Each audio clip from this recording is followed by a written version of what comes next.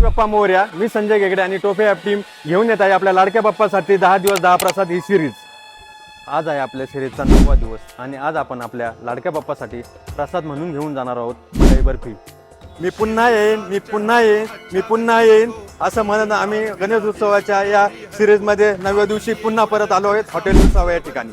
महिमा कहे न जाए लागत हूँ पद को. जय देव जय देव जय जय जी गणराज विद्या सखदाता. धन्य तुम्हारो दर्शन मेरा मन रमता. जय देव जय देव.